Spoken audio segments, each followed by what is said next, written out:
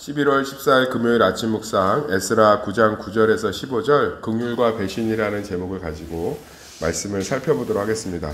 이스라엘 백성들 엄청난 범죄를 저질렀죠. 하나님의 은혜로 바벨론 포로 생활을 70년 만에 끝내고 돌아와서 하나님의 성전과 성벽을 온전히 재건했는데 자기들의 노력 한 푼도 안 들이고 하나님의 오직 은혜로 그 엄청난 것들을 누리게 되었는데 얘네들이 거기서 좀 먹고 산다고 먹고 사는 게 인생의 목적이 되어서 가나안 사람들하고 통혼하고 이랬잖아요. 그걸 이제 3차 귀환한 에스라가 보고 얼마나 이제 통탄이 됐겠어요. 그래서 이제 하나님 앞에 회개를 선언하고 있는데 참 에스라가 얼마나 성경을 깊이 연구하고 하나님을 사랑했고 신앙을 잘 지켰는지가 알 수 있는 게 참 바른 회개, 참 하나님이 기뻐하시는 회개를 참 잘 알려주고 있는 것 같아요. 그러니까 제가 참 안타까운 게 우리나라는 하나님 기독교적 회개가 참 어떤 의미에서 참 찾아보기가 쉽지 않죠.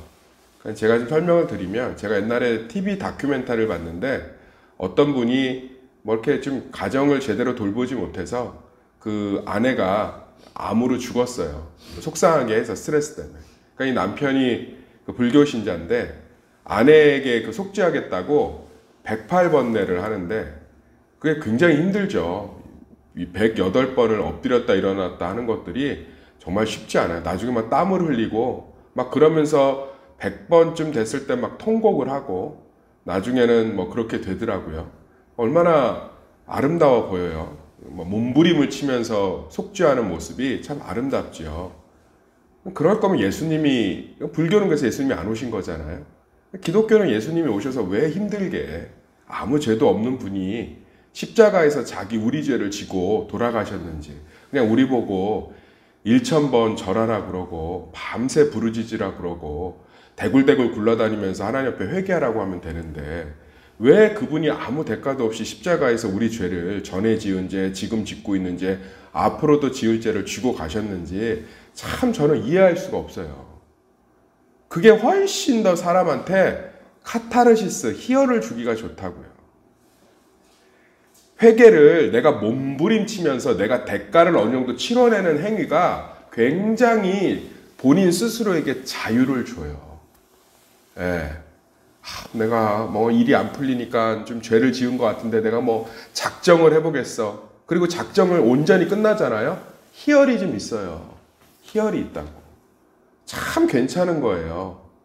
그런데 예수님이 내 죄를 아무 대가 없이 온전히 사하셨음을 믿으면 정말 내가 연약하고 실수하고 넘어진 죄인인데 그 하나님의 속죄와 공로를 온전히 의지하는 게 참 어려운 일이에요. 내가 죄값을 치르는 게 훨씬 쉽습니다. 그런데 그렇게 내가 죄값을 치를 수도 없는 죄값 108번을 엎드렸다 일어나면 죄값이 죄가 씻겨요? 우리가 하나님을 108번 절하면 용서해 줄 분으로 보면 하나님을 거의 내 발톱에 때 정도로 끌어내리는 거죠. 우리가 머리를 깎고 산에 들어가서 40일을 금식하면 내가 포건한 죄가 씻겨요? 내가 냉수에다 맨날 목욕을 하면서 하나님 앞에 흰옷을 입고 맨날 엎드려서 금식하면서 100일을 치성을 드리면 내가 남 속으로 욕하고 비난한 게 씻겨요? 안 씻기는 거 제가 성경대로 얘기할게요. 지나가는 여자보다 음욕을 품은 것이 성폭행한 것이요. 남들을 속으로 정죄하고 미워한 것은 살인한 죄라. 씻기냐? 하나님의 의로움이 얼마나 큰지를 지금 단적으로 성경으로만 설명할게요. 누군가를 속으로 미워했죠. 아유, 에이. 살인한 거예요.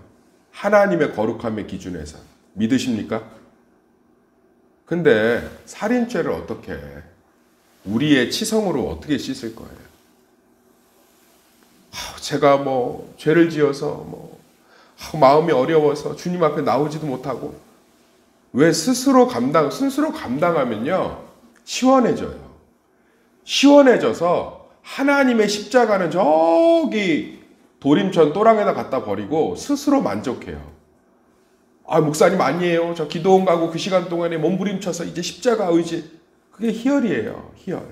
진짜 회개는요, 하나님의 십자가의 구속을 믿으면 미안해서 죽겠다고 하나님한테.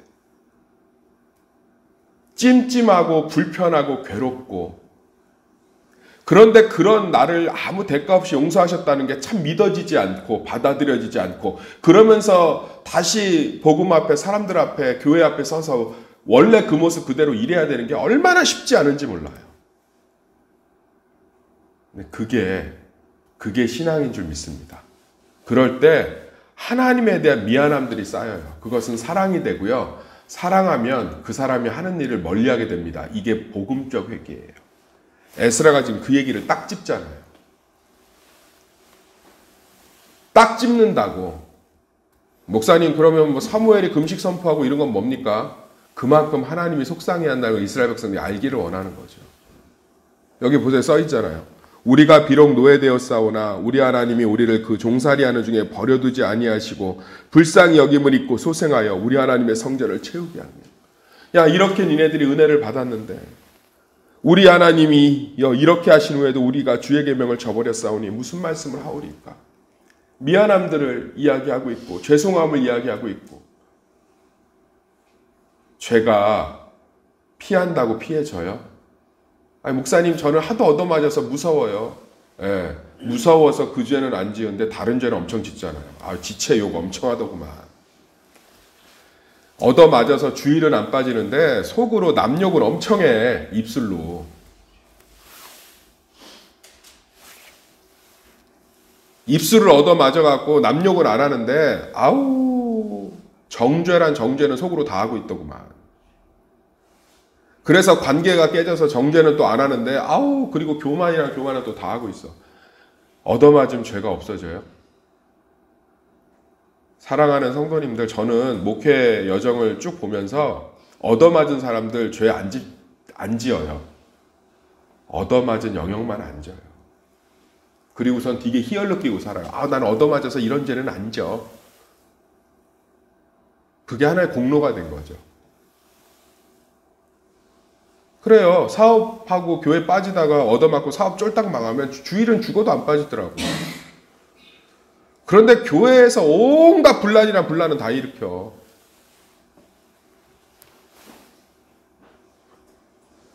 그래서 구약의 5000년 역사가 어때요? 예수님 뭐라고 그러죠? 하나님이 야, 머리끝부터 발끝까지 성한 데가 없이 다 터져서 고름이랑 고름이 다 나와도 너희들이 나에게 돌아오지 아니했다 그러죠. 때릴 데가 없대죠. 이제 때릴 데가. 주일 성수 하나 훈련시키고 났더니 삶 드리는 건 안 돼. 또 삶 드리는 거 때리고 났더니 말씀 중심이 안 돼. 말씀 중심이 때리고 났더니 입술이 또 안 돼. 입술이 때리고 났더니 눈이 안 돼. 눈이 안 되니 때리고 났더니 듣는 게 안 돼. 듣는 게 안 돼. 때리고 났더니 교만이 안 돼. 교만이 안 돼. 때리고 났더니 이제 절제가 안 돼. 절제를 때리고 났더니 헌신이 안 돼. 머리부터 발끝까지가 안 된다.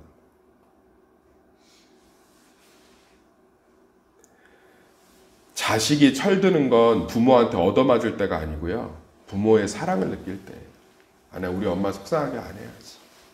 이제나 정신 차려야지. 십자가의 구속을 완전히 의지하면 하나님께 참 미안해지고요. 하나님의 사랑이 증폭해요. 그러면 죄가 멀어지기 시작해요. 자, 게으름을 칩시다. 아, 나 게으르면 안 되는데. 성실해야 되는데. 돼요? 되냐고. 안 되지. 근데 어느 날 하나님의 은혜를 온전히 깨달았어. 아, 내가 이렇게 하나님이 나에게 시간을 주시고 삶을 주시고 직업을 주시고 섬길 것들을 주셨는데, 아, 내가 이렇게 있으면 참, 그게 진짜 회개고요. 거기서 변화가 시작되는 줄 믿습니다.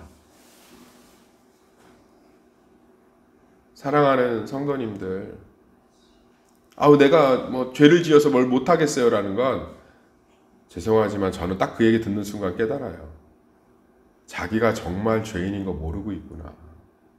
내가 그 죄를 숨고 피하고 스스로 동굴 가서 뭔가 치러내고, 의식을 치러내고, 과정을 치러내고, 정성을 치러내고 무로 해결하려고 딱 맘먹고 있구나.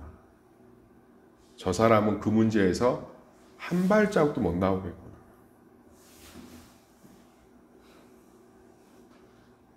그런데 진짜 죄인은 예수님 앞에 자기의 향유를 부어드리면서 눈물로 그 발을 씻기면서 그 예수님의 사랑, 옆에서 그러잖아요. 아, 그렇게 회개하지 말고 그거 갖고 가난한 사람들 도와주면 얼마나 좋았을까. 그렇게 회개하지 말고 그 돈 갖고서는 내가 속죄한다고 가난한 사람 도와줬으면 얼마나 좋았을까. 조선시대 그 유명한 기생, 불교로 귀화하면서 다 벌었던 것들 팔아갖고 고아원에 기탁하는 것처럼 했으면 얼마나 좋았을까. 예수님이 뭐라고 그러죠? 냅둬라, 이 여인, 내가 자기를 위해 죽는 거 알아서 우는데. 나를 위해서 죽으시는 걸 알아서 통곡을 하는데.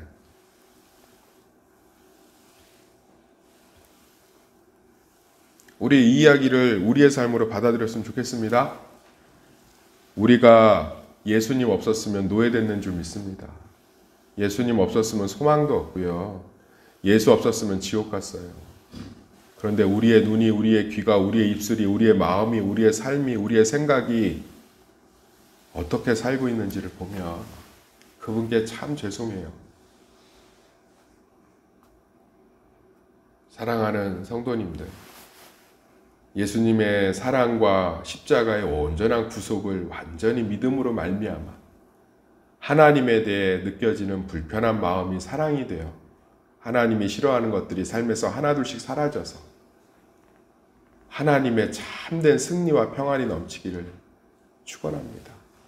왜 하나님이 이방인 여자들하고 결혼하지 말라고 그랬어요? 에스라가 지금 11절부터 12절까지 통곡하면서 얘기했잖아요. 그것 때문에 망했다고. 니네들이 이방 여인들하고 결혼해서 이방 여자들 데리고 들어와서 맨날 신전에 가서 음란한 짓 하고 자기 부인과 가정은 돌보지 않고 그래서 이스라엘의 가정이 무너지니까 가정이 무너지는데 국가가 어떻게 유지가 돼요?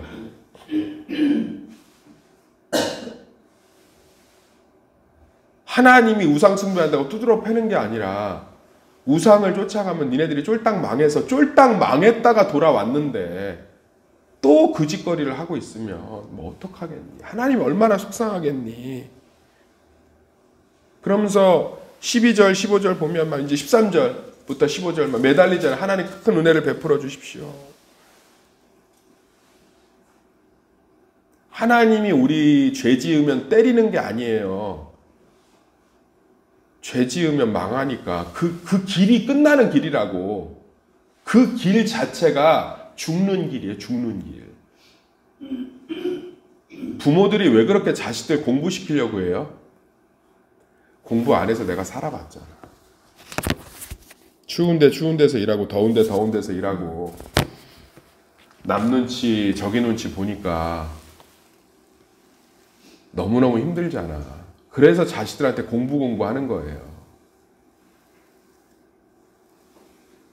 내가 힘들어 봤으니까. 내가 속상해 봤으니까. 하나님이 똑같다고. 저 새끼 내 말대로 안 하네? 두드러 패야겠다가 아니라 그 길로 가면 죽으니까. 그 길로 가면 본인이 망하는 길인지도 모르고 가니까 하나님이 자꾸 때리시는 거예요. 멈추게 하시는 거예요.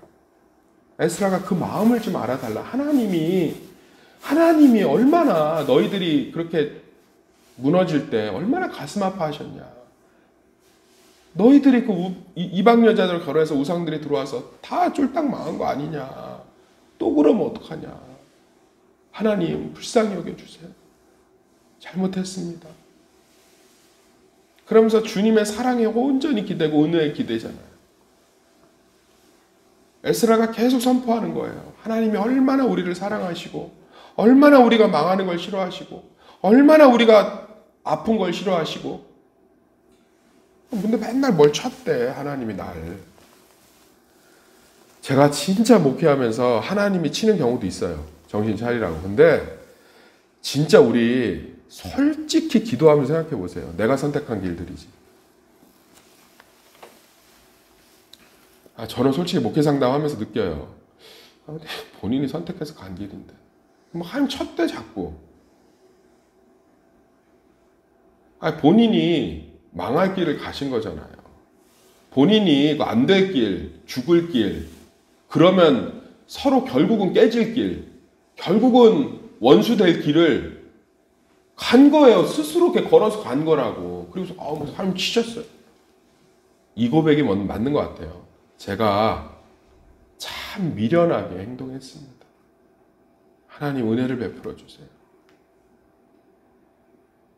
그래야 하나님 아버지의 마음을 알고 나를 제대로 봐서 십자가 앞에 온전히 의지하며 다시 그 좋은 미안함으로 주님 품에 안기지 않겠어요.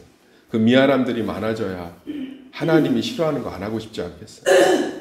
우리 교회 안에 참된 에스라 같은 회개가 넘쳐서 날마다 하나님의 사랑 가운데 죄를 점점 멀리하고 사라져서 의의 승리가 열매가 막 가득 넘치는 우리 성도들이 되기를 예수의 이름으로 축원합니다.